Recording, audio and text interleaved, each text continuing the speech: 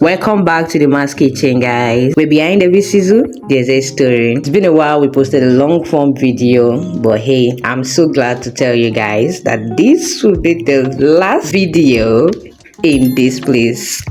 NYSC has finished. We are done with the NYSC. Send me congratulations in the comment section, please. I deserve it. It's not easy. It's not easy to serve Nigeria of all countries. It's not easy at all, okay? So yeah, I know by the time this video will be uploaded, I would have left this place. I enjoy this environment, this ambience. It had lets me adapt to some things and, you know, just understand life on another level. So yeah, I am thankful to Nigeria for that. I'm thankful to everybody that made my service here amazing, because this is the beginning of this channel. It is in this kitchen, in this environment, I started this channel. So yes, thanks to NYSC and thanks to everybody and thanks to you guys, my beginners followers. Anyways, today we'll be making dirty rice. Okay, so the first thing I'm doing, I'm just seasoning my chicken and stuff. If you're wondering why that chicken is like that, actually it's for a special somebody. I'm making that rice for the person, and I don't know how, you know, the preference is. That's why I decided to make it like that. If you've been following me from day one, you know that I don't like my meat cut that way. I'd rather have my meat cut in tiny bite pieces, then I can now take it in 5, 6 and eat it as much as I want. I'd have it that way than having it in this big size and end up messing my lipstick or whatever I've got going on. So yeah, this is just for your friend, okay? So, and I want to do this and show you guys how I went about this. So after sauteing my chicken, I left it to boil for a few minutes. I let it boil. Actually, let it stay in the pot for about 25 minutes because, you know, it's big and I want it to cook properly. Okay, so then I went ahead to fry. Now I don't know what happened. My second gas was not, you know, it wasn't working. Something happened to the control. I was stuck with this gas to use only. So, and at this point it was already 1 p.m. everybody's hungry. I'm hungry. The person I was cooking for was hungry. We're all hungry. Okay, so I just had to pour in the plantain there, and I don't think it's any big deal if I decide to do it that way. Regardless, I was still going to use that oil to fry the plantain. In fact, that was the oil I was using for everything that I was going to do. So you guys are going to see that later on. So I poured in the plantain immediately after frying the chicken, and I let the plantain fry in.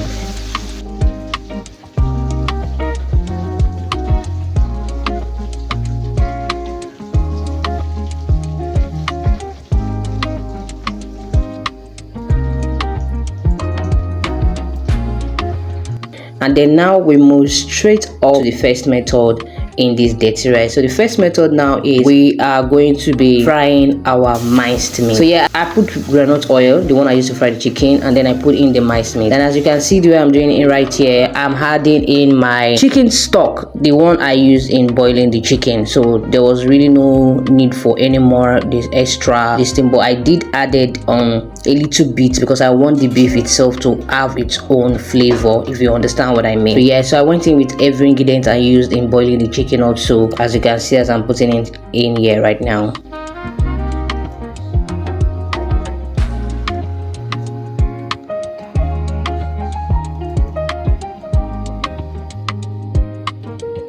So after that, I just went in with my roughly blended pepper. This is just plain pepper, rudo, scotch bonnet, or whatever it is you want to call it. That is what I added with onions.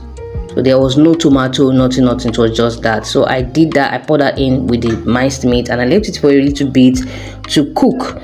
As you can see, it has cooked up a little bit and I'm satisfied with this level. Now I'm going to go right in and pour in all my veggies. My veggies, I diced in the bell peppers, 3 bell peppers, because that's the main veggies that we're going to be using for this meal, are just bell peppers. So I went in with the bell peppers, and of course, you know, I can't do without my carrots. So I went in with the carrots, I went in with my spring onions and red onions. So that was all I used for this recipe. Don't worry, I'll be writing in the ingredient I use in the description box below. So if you really want to know, just click the description box and you will see what you need there. So right here, what I was just doing now, I'm going straight into the rice itself. I had washed my rice and drained it. Then I poured in that granite oil in the pot, and then I went ahead to fry the rice. Just the same way you will fry your fried rice, it's the same way you're going to do this one also. You're going to fry the rice from the bottom, and just make it extremely dry. The reason that you don't want it to be gummy, you want the rice to stand on its own one. Yeah, that's what I'm trying to say. So after doing that, I went in with a little bit of seasoning for the rice itself, and I put in that pepper. What is life without pepper?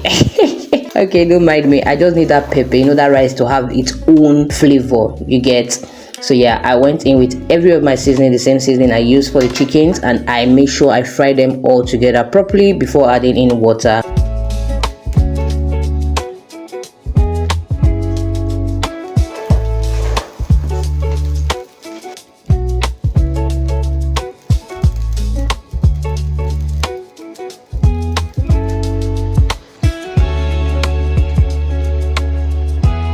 So this is what we have. I'm just removing the egg I boiled with the rice, and this is the rice. You can actually eat this rice on its own, just the way it is, because it has all its own seasoning. So yeah, I went right into it. I put half portion of that minced meat sauce, and then I stirred it. And I went back in and put the other half, and I stirred it properly. I made sure that I turned it from the bottom top, and just make sure that the whole thing was rounded. Now you can see the color of this rice has already changed, hence the name dirty rice. It's no longer looking like fried rice or whatever it is you want to call it. Now we have our dirty rice, and the reason for that dirtiness is the minced meat. So yeah, now I'm going to go straight into the chicken itself.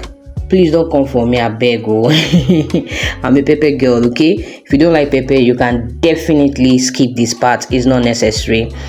So I went in with the remaining roughly blended pepper that we had earlier, and I just fried it. I made sure this pepper was properly cooked. I added a little bit of water here because I wanted that pepper to be cooked. I don't want it to be too spicy, and then you just start feeling somehow.